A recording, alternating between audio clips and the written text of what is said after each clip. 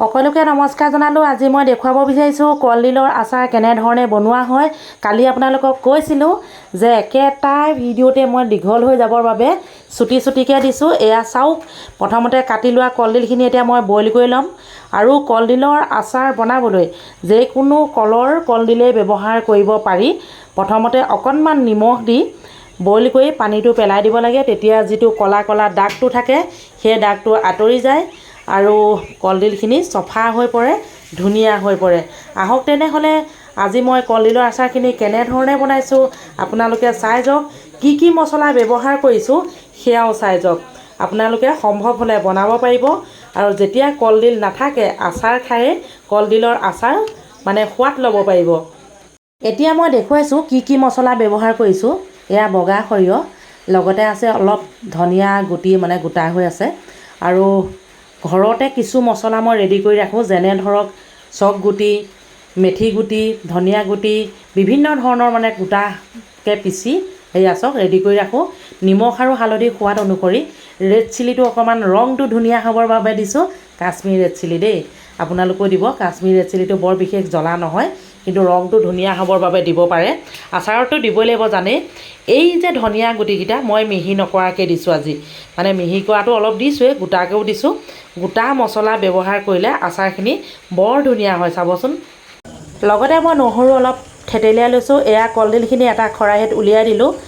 Boil কৰাৰ পাছত পানীটো সম্পূৰ্ণ শুকুৱাই ল'ব লাগে। সেয়েহে এনেধৰণে ফেনৰ তলতো শুকুৱাব পাৰে বা আপোনাৰ ৰ'দত দিলে কিন্তু বেয়া হ'ব দেই। ৰ'দত দিলে একদম ক'লা ক'লা হৈ যাব। এতিয়া চাওক তেলখিনি গৰম হোৱাৰ লগে লগে দি দিলোঁ কেইটামান পাঁচফোৰণ, দি দিলোঁ কেইটামান নৰসিংহ পাত। নৰসিংহ পাতটো মই আজিহে ব্যৱহাৰ কৰিছোঁ, ইয়াৰ গোন্ধটো বহুত ধুনীয়া হয়। সেয়েহে নৰসিংহ পাতকেইটা মই ব্যৱহাৰ কৰিছোঁ। আপোনালোকেও আচাৰ বনালে দিব পাৰে, একো বেয়া নহয়। ধুনীয়া গোন্ধ আহিব। আপোনালোকে চাই থাকক। তেল গৰম হোৱাৰ লগে লগে মই সকলোখিনি দি দিলোঁ। লগতে নহৰুখিনিও দি দিলোঁ। পাঁচফোৰণ, নৰসিংহ পাত আৰু লগতে পিচি লোৱা আদা আৰু নহৰু দেই। আদাটো ক'বলৈ অৱশ্যে থাকি গৈছিলে। আদা নহৰু একেলগে মই পিচি লৈছোঁ। এতিয়া আপোনালোকে চাই গৈ থাকক কেনেধৰণে মই আচাৰখিনি বনাম। আৰু এটা কথা কৈছোঁ, কলডিলৰ আচাৰ খাবলৈ বহুতেই টেষ্টি হয়, মাংস লাগে। আৰু লগতে কলডিলটো জানেই কিমান ভাল গুণাগুণ আছে। সেয়েহে আপোনালোকে বনাই থ'ব পাৰে।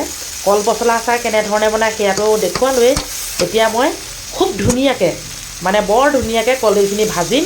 আপোনালোকে চাই থাকক। যিসকলে নাজানে নিশ্চয় উপকৃত হ'ব, আৰু যিসকলে জানে তেওঁলোকেও মোক জনাবলৈ নাপাহৰিব।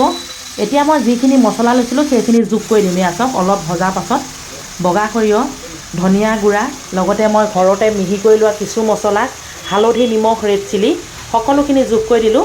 হালধি, নিমখ, ৰেড চিলি জোখমতে দিছোঁ।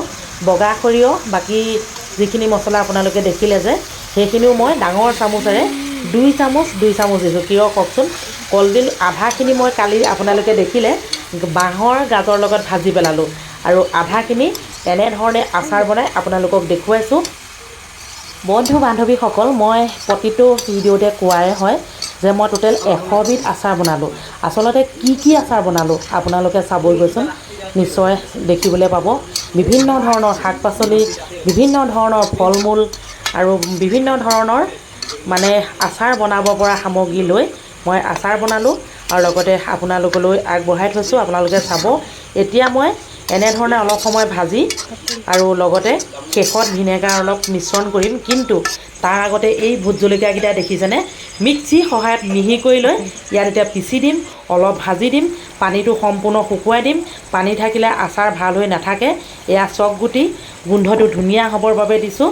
চাওকচোন কি ধুনীয়া হৈ আহিছে। সঁচাকৈ কৈছোঁ বহুত ধুনীয়া হয়। আপোনালোকে বনাই খাব। আৰু লগতে আচাৰ সম্পূৰ্ণ ঠাণ্ডা হোৱাৰ পাছতহে চিচাৰৰ বৈয়ামত ভৰাই ৰাখিব। আজি মই সন্ধিয়া লগা বনাইছোঁ, ৰাতিটো সম্পূৰ্ণ ঠাণ্ডা হ'বলৈ দিম।